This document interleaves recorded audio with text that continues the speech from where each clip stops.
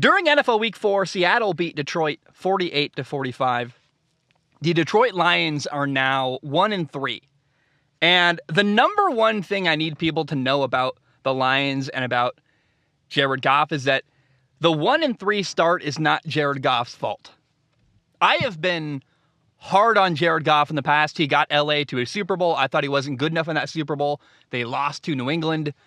He got replaced. They brought in Matthew Stafford. They shipped him off to Detroit. I actually felt kind of bad for Jared Goff at that point. He got booted off. We worked with Sean McVay, got them to a Super Bowl. They said, you're not good enough. We're going to ship you off. He got sent to Detroit, Michigan. I don't know about you, but for a kid who grew up in California, I didn't grow up in California. Jared Goff did, Northern California, outside of San Francisco. Living the dream, living in Los Angeles, the Rams quarterback, going to Michigan would be rough. To grow up in California without a cold winter, to have to go live in Michigan in December, also a historically losing franchise. I felt bad for Jared Goff when that happened. Now I feel bad for Jared Goff because the dude is balling out. He's playing outstanding. And my fear is that Jared Goff isn't going to get credit for what he's doing. I don't have a stake in the game. I like Jared Goff as a human being. If Jared Goff was playing bad, I would tell you. But right now, he's tied for the most touchdown passes in the NFL. He has 11. Detroit leads the NFL in scoring. They lead the NFL in total yards. They only have 4 turnovers. It's not like he's pulling a Jameis Winston and throwing for a ton of yards, but throwing an equal amount of interceptions. No. He's dominating. Offense is not the problem in Detroit, and furthermore, quarterback is not the problem in Detroit. Jared Goff is playing very, very well. Seattle at Detroit was really fun to watch for me, an objective third party who doesn't really care who wins. I just want a fun game that's interesting. But I can only imagine how frustrated a Detroit Lions fan must have felt watching that football game. The Lions defense is struggling, man. For Detroit to score 45 points and lose a football game, that's absurd. And the Lions made it 38-41 with 5 minutes to go. The only problem was, they made it a 3-point game, 38-41. Gosh, I grew up in America. My math is all wrong. But no, it's funny to me. You make it a 3-point game, 5 minutes to go. You think you have a chance to win the game there. And Detroit might have won the game if they could have ever gotten a stop. Literally, Seattle didn't punt the entire football game. Detroit could not stop Seattle. The only time Seattle didn't score was when they got in their own way and fumbled or had a turnover. There was even one play where Seattle was backed up 3rd and 16, and I thought, hallelujah, finally, the Detroit Lions are going to get a stop in this football game. And on a 3rd and 16, I want you to hear this. 3rd and 16 yards. Rashad Penny ran for a 36-yard touchdown. It was ridiculous. I would imagine that's a play that Lions fans remember very well. The pain, the suffering. 3rd and 16, you finally got to stop. You held them to a field goal. That would have been the difference in the game, by the way. That was a massive deal. And there was one play where, I guess, let me back up. I just feel bad for Jared Goff, the quarterback of the Lions. He's gotten so much better this offseason. Jared Goff, head and shoulders better than he was last year. Nobody's even going to notice. People don't realize, on Sunday, against Seattle, the Lions were missing 5 starters. Their starting running back, DeAndre Swift. Their top 2 receivers, Amon-Ra St. Brown and DJ Chark. Both of their starting guards on the offensive line weren't playing. So 5 starters on offense were missing, and Jared Goff puts up 45 points and loses a football game. Oh my gosh. Every Lions loss this year has been within 4 points or less.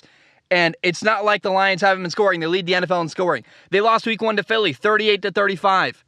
Week 3, they lost on a last-second touchdown to Minnesota, 28-24. Week 4, you lose to Seattle, 48-45. Seattle never punted. You couldn't stop Geno Smith. And Geno Smith is playing well. I'm not trying to discredit him. But oh my goodness, against Seattle, Detroit never led the football game. They just started, the Seahawks got the ball first. They scored first and never slowed down. Jared Goff was great in this football game. 26 for 39 passing, 378 yards, 4 touchdown passes. He had 1 mistake. He threw a pick 6, 1 mistake all game, first play of the third quarter. And honestly, it's one of those, it wasn't the kind of interception where you go, what a terrible throw. Nowhere near a receiver. It wasn't an egregious interception. It was just awful. It was a defender, Tariq Woolen, making a really, really good play. There's a medium crossing route. Tariq Woolen undercut it, which, you know how much speed it takes to start from behind a receiver, speed up, undercut them, grab the ball, and then run for a touchdown? It was incredible. I was like, that's a hell of a play from Tariq Woolen.